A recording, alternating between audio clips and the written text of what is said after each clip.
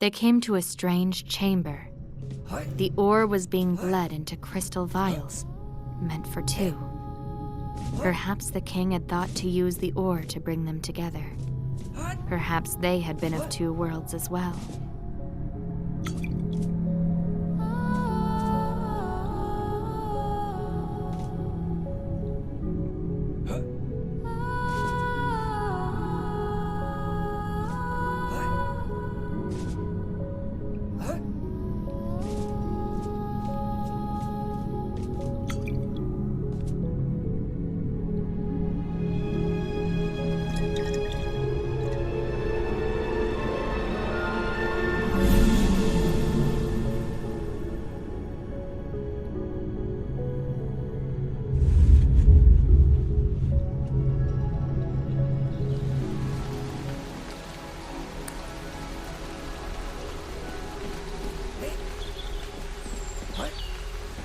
All went dark as the barrier between them dissipated.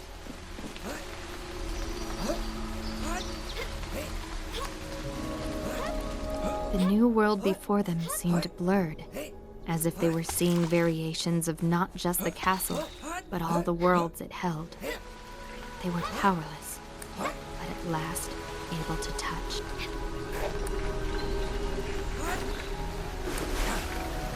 Rain fell on them from an uncaring sky. Where once it would have froze on rime or evaporated on ember, it now drenched them and caused a strange chill in their bones. Everything seemed slowed, muted.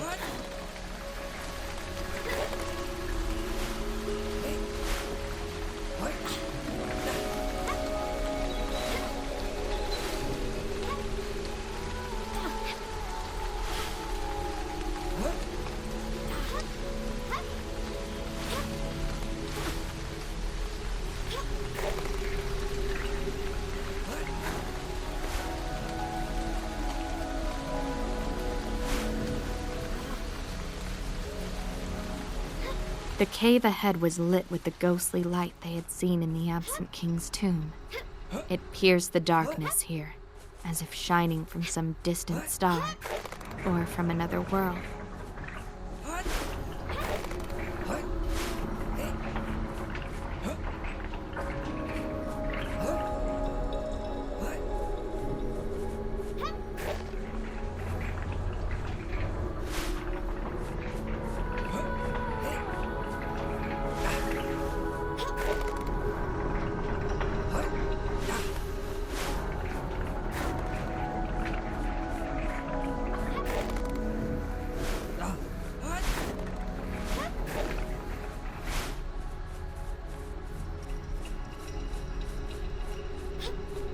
There was no ore here, only a shadow of minds of other worlds. It spoke of loneliness and madness. Only a lone ore cart remained.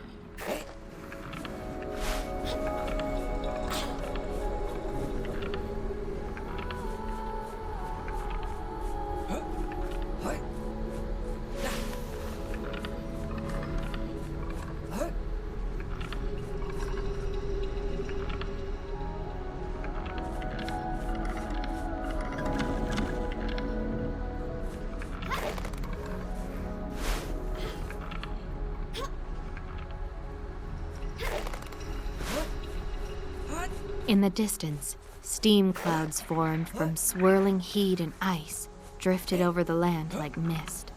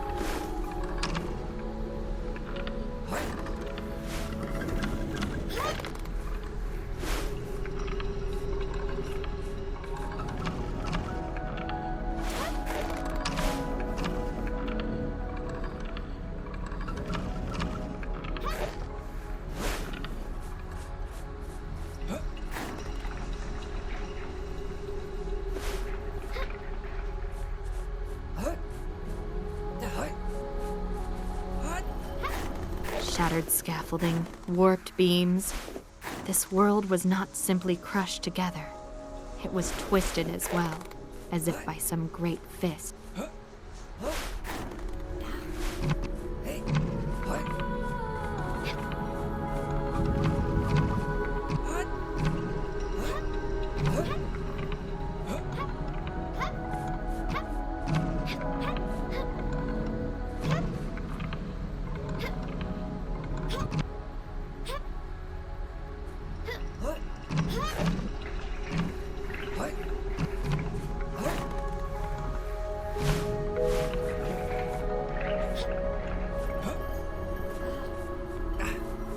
And ahead, to their surprise, they saw a glimmer of Ember's world, as if a slice of it had cut into this world.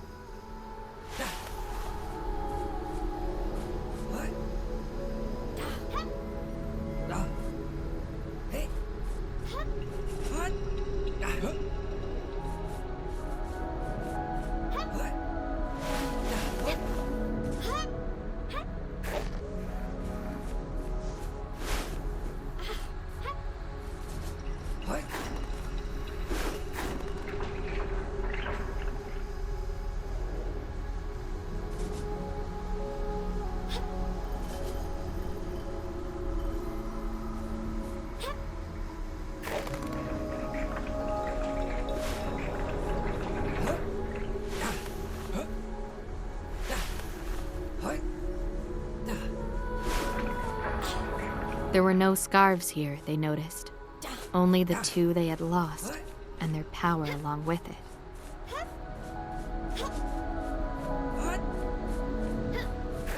The tangle of roots and twigs that Rhyme had once been able to cover in frost lay here, unaffected by his presence.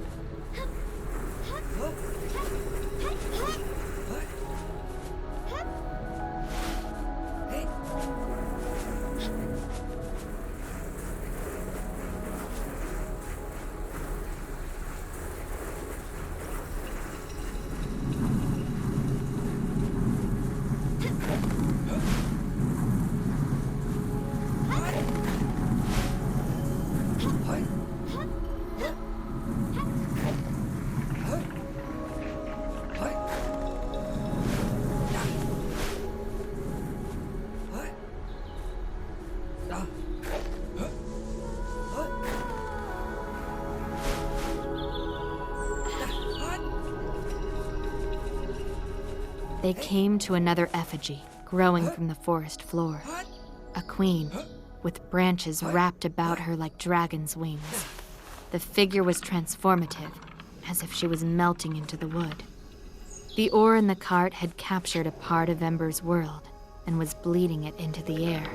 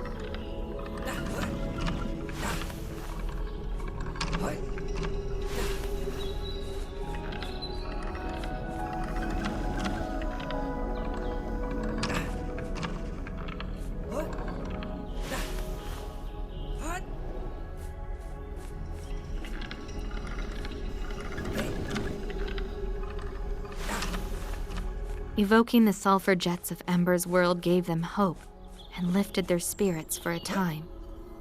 They were together, but if this was the result, would that mean leaving their worlds behind for this one?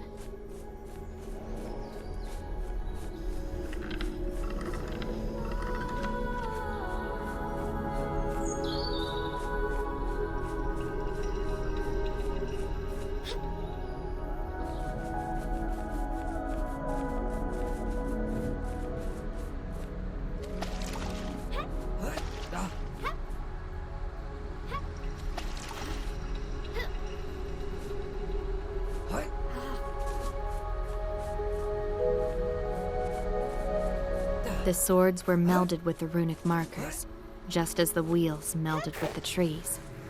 Two objects meant to be apart, melting into one. The silence between them was more evident in the cave. It spoke of doubt, fear, having one's hopes granted without realizing the consequence.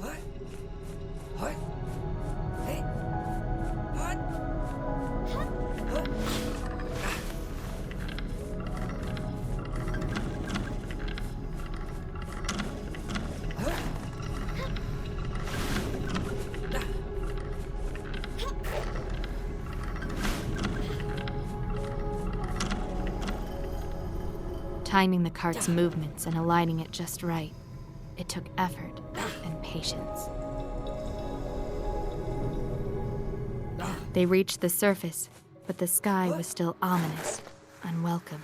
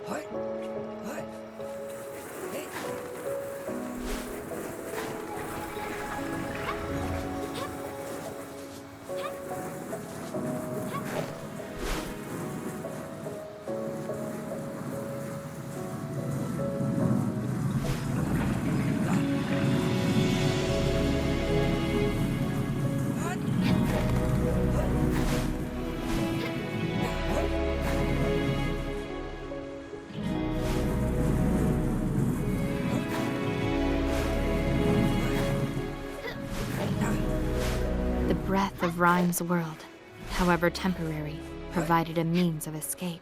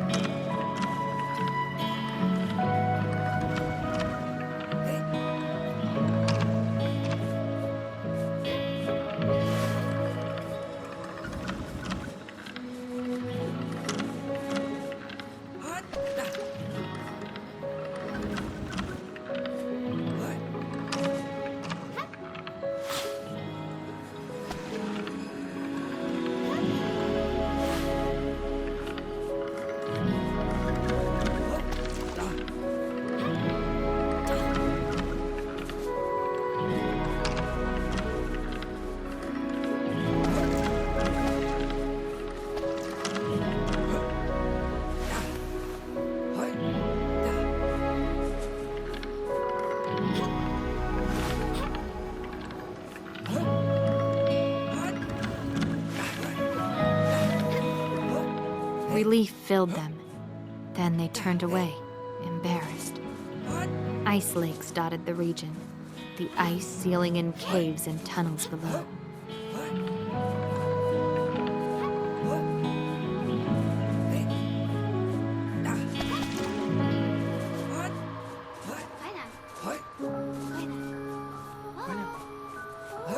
The water looked trapped, paralyzed in ice.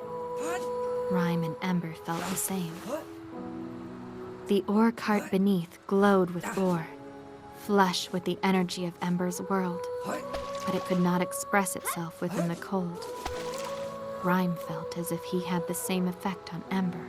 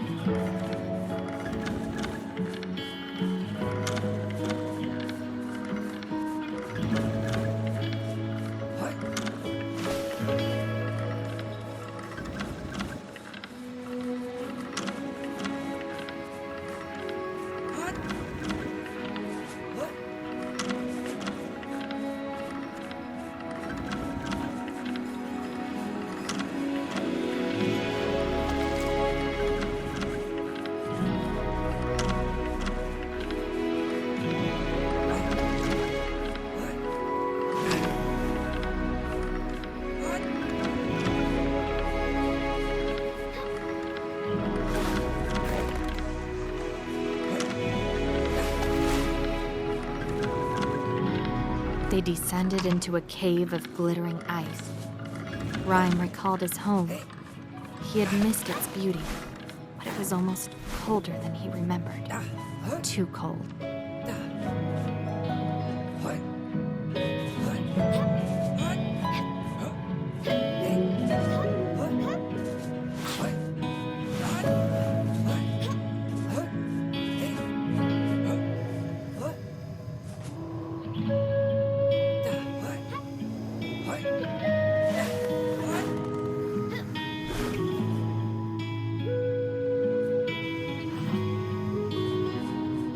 This time, Ember's world seemed to fight their advance. Only in its absence could they move forward. Ember became alarmed. The idea of her home as an obstacle. It was new to her. Perhaps this is how Rhyme felt, she thought. Ember's world pushed at them from the stone, the jet flames fighting their progress. They braved the flames and finally reached the top, where more great mechanisms awaited, a furnace in the middle.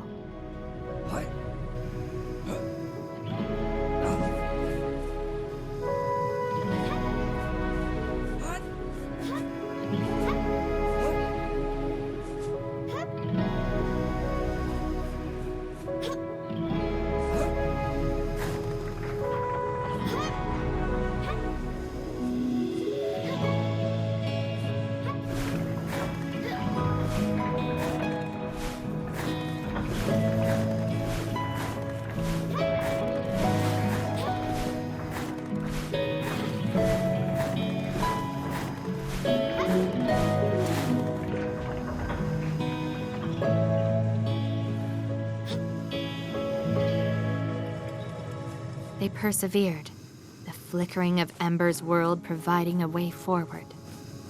A flame-blasted tunnel lay before them, the rocks scorched by the heat.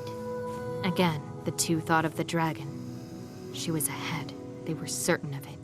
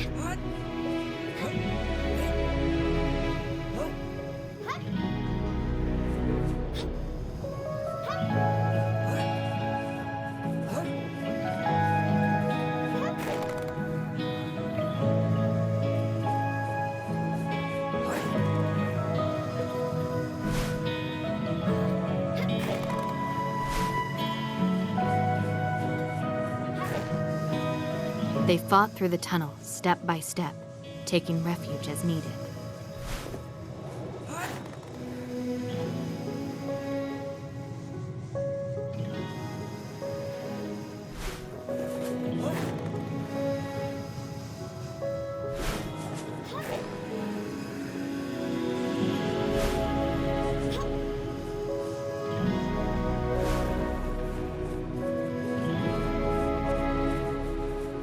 They reached a splintered black plain, crossed by slivers of heat and ice. The glimpses of their worlds no longer held joy. It only reminded them that they had come together and lost everything.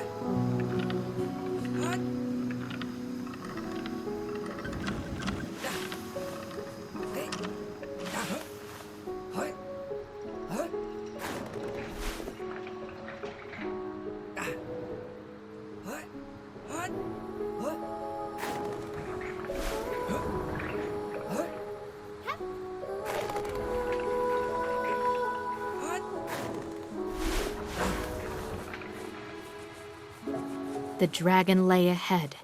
They could feel her presence. Cold, still, regal. The flames were like steps, fueled by the ore.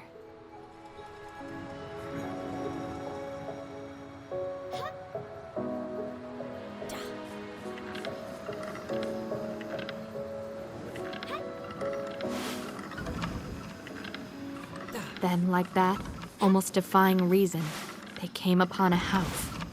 Beyond it, the dragon waited in silence, almost inviting. A home, a life together they had sought, yet now frightening.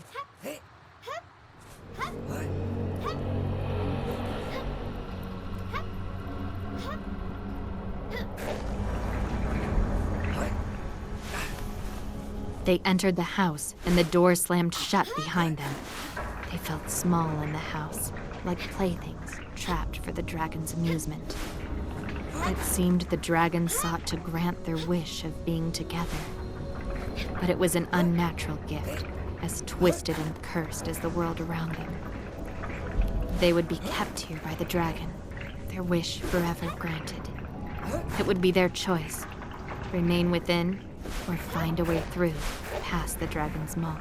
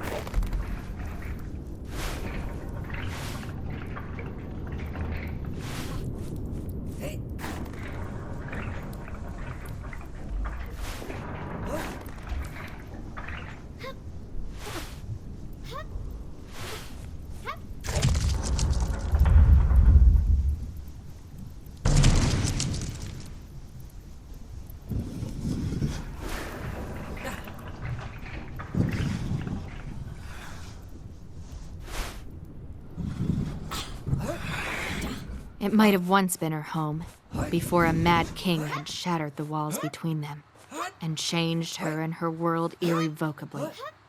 The ore had left its mark, turning skin to scale, scale into wings. The worlds would right themselves. Ember and Rhyme's worlds would be made whole, no longer shadowed by the dragon or the ore. But what of the two of them? 3 doors lay before them. One to Ember's world, one to Rhyme's. In each, they would be restored. The last door led back to the castle, where neither Rhyme's ice nor Ember's warmth would touch. But they would be together, in a balanced world, much like this one. The choice was theirs, or a choice made by one, alone. Ember returned to her forest, forever in season. Yet she felt weighed down, as if some light within her had winked out.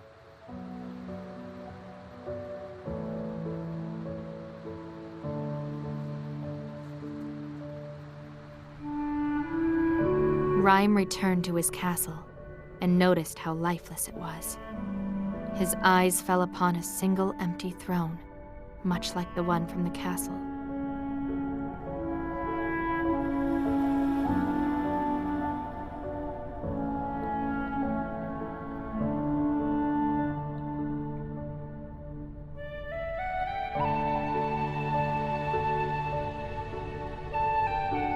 They had known new emotions in their travels together. Joy at being together, and finally, the loneliness when the joy is taken from them.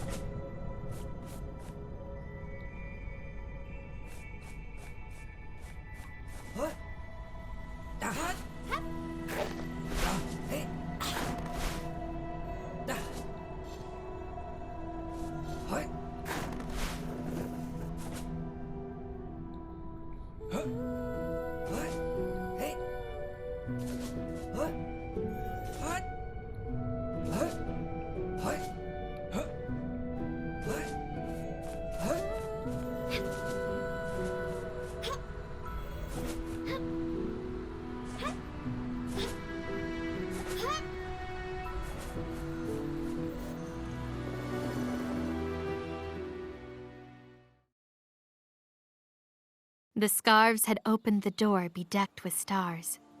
Beyond was a welcoming world.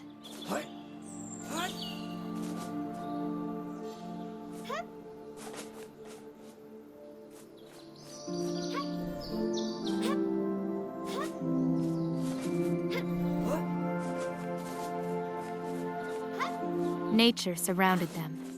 Towering trees rose high into the air. The world was filled with life.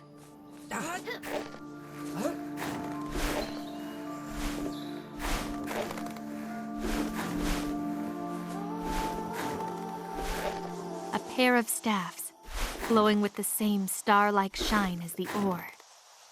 They had been left before the gate as if keys for two.